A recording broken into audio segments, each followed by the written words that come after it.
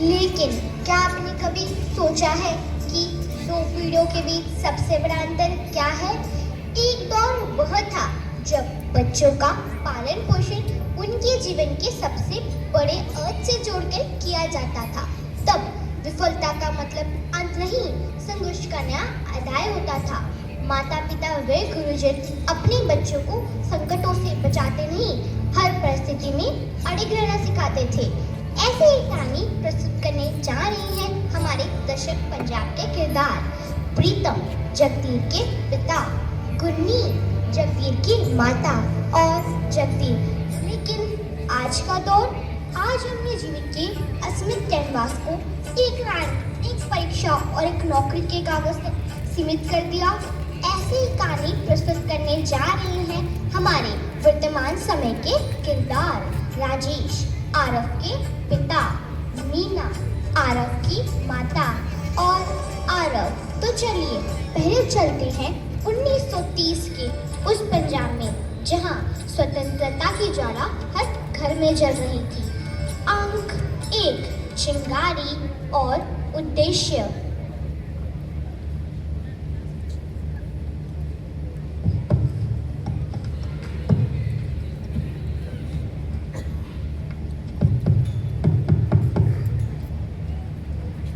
अरे इस वक्त कौन आया होगा? पता नहीं, रुको मैं देख के आती हूँ। अरे जगदीश, तुम इस वक्त? पिताजी, माताजी, पुलिस ने बाजार को घेर लिया है, मुझे जाने दीजिए। मैं भगत सिंह की तरह देश के लिए अपनी जान न्यौछावर करने के लिए तैयार हूँ। देश के लिए अचानक मर जाना आसान है जगदीश, लेकिन असली हिम्मत तो रोज जीकर देश को खड़ा करने में लगती है। हम तुम्हें इसलिए बड़ा नहीं कर रहे कि तुम अंग्रेजों की पहली ही गोली के आगे आके ढह जाओ। फिर आप और पिताजी क्यों रोज रात को अपनी जान जोखिम में डालते हैं और ये पर्चे छापते और बांटते हैं? जब क्रांतिकारी सभा रखते हैं तो हम इन पर्चों के राही आज़ादी की लड़ाई के भागीदार बनते हैं। और याद रखना, लड़ाई हमेशा जिंदा रहकर ही लड़ी जाती है। हमारा मकसद एक पल की वाहवाही या दर्द से भागना नहीं है। हमारा मकसद है अपने से बड़े किसी मकसद से जुड़ना। अगर ब्रिटिश पुलिस कल हमें गिरफ्तार भी कर ले तो भी यह लड़ाई खत्म नहीं होगी। हम रास्ते बदलेंगे और टिके रहेंगे। तुम्हारा मन किसी भी मुसीबत से ज्यादा मजबूत होना चाहिए। इन पर्चों को पीछे वाली गलियों से होते हुए अगले गांव तक पहुंचाओ। निडर बनो, होशियार बनो और याद रखो कि तुम किसकी आज़ादी के लिए लड़ रहे हो। मुझे आशीर्वाद दीजिए। सुनो, आराम से जाना, छुप के जाना। कोठरी में 4 लड्डू भी पड़े, खा लेना। धन्यवाद माँ।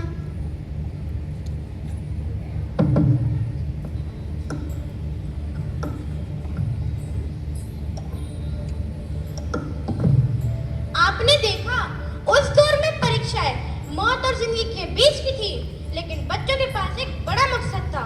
देश, माता पिता बच्चों को एक छोटी नाकामी पर बिखरना नहीं, बल्कि हर एक आघात को सहकर आगे बढ़ना सिखाते थे।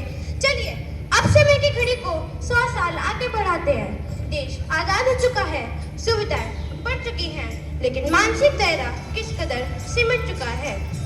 अंक 2, दबाव और बोझ।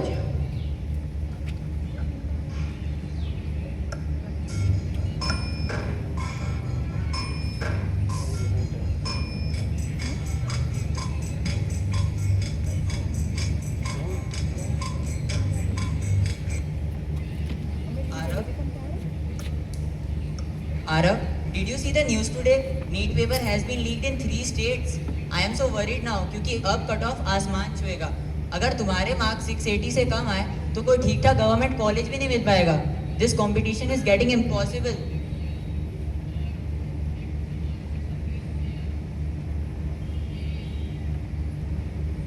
Arav, please have your milk. Your papa is right. हमने इस साल हमारी कोचिंग में 3 लाख रुपए लगाए। Your cousin got a government seat in his very first attempt. रिश्तेदार हर दिन तुम्हारे मॉक टेस्ट के नंबर पूछ रहे हैं।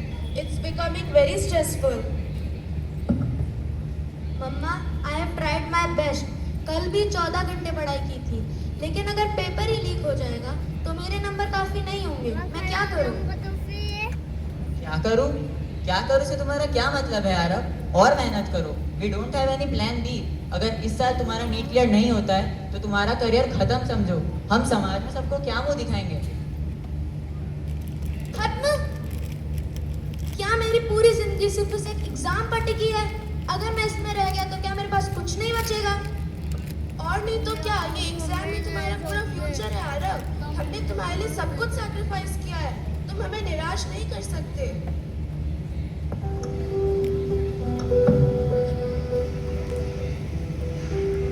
अंतर साफ है। कल का बच्चा जानता था कि अगर एक रास्ता बंद हुआ तो देश के लिए 100 और रास्ते खुले हैं, क्योंकि उसके माता पिता व गुरुजनों ने उसे मकसद दिया था। आज का बच्चा यह मानता है कि अगर एक परीक्षा का रास्ता बंद हुआ तो उसकी जिंदगी का ही अंत हो जाएगा, क्योंकि हमने उसे विकल्प रहित दबाव दिया है। कल की पेंटिंग वो शिक्षा नीति क्षेत्र और मानसिक सहनशीलता का निर्माण करती है। आज की पेंटिंग अंकों, कट ऑफ, लोग क्या कहेंगे की बलि चढ़ाती है।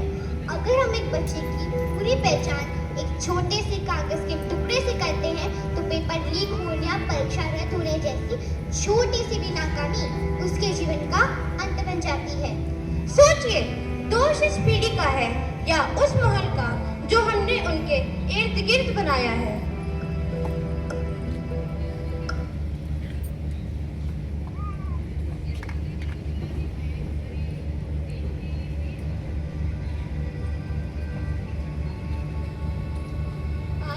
हम अंग्रेजों की गोलियों के सामने इसलिए नहीं डटे थे कि तुम एक लीक कागज के टुकड़े से अपनी हार मान लो। हमारी लड़ाई तो देश को आजाद करने की थी और तुम्हारी अपनी जिंदगी को इस दबाव से आजाद करने की है। किस्मत किसी परीक्षा या जालिम व्यवस्था की मोहताज नहीं होती है। लड़ो और जियो मेरे मित्र।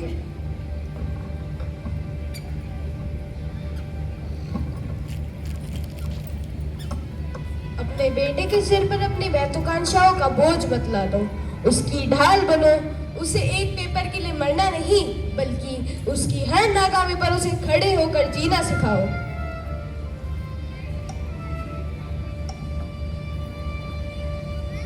अपने बच्चे को केवल सफलता की दौड़ में मत दौड़ाओ, उसे दुखों से बिखरने की जगह निखरना सिखाओ, क्योंकि परीक्षा में अच्छे अंक तो तुम्हें केवल समाज में मात दिला सकते हैं, लेकिन मजबूत मन और संस्कार ही उसे जिंदगी में जिंदा रख सकते हैं। अब है शिक्षकों के नाम संदेश। शिक्षक केवल पाठ्यक्रम ना पढ़ाएं, बच्चों को हर परिस्थिति से लड़कर नए रास्ते तलाशने का हौसला दें, क्योंकि सच्चा गुरु अंग नहीं, अटूट चरित्र और जिंदा दिली करता है। 15 अगस्त 1947 को हमने विदेशियों की गुलामी से तो आजादी पा ली, मगर आज हम इनसे आजादी चाहते हैं। आज जब एक होनहार बच्चा एक लीक हुए पेपर और नंबरों के लिए अपनी जान दे देता है तो सवाल उठता है, हमारे देश के इस माहौल को जहरीला कौन बना रहा है? क्या वो प्रजातंत्र और शिक्षा माफिया है जो बच्चों के सपनों की सौदेबाजी कर रहे हैं? क्या वो हम माता पिता और समाज है जो बच्चों को इंसान नहीं बल्कि नंबर और रैंक छापने की मशीन समझते हैं? या वो हमारी कोचिंग की संस्कृति और प्रतिस्पर्धा का भयानक दबाव है जिसने जीतने को भी जीने का अकेला माध्यम बना दिया है?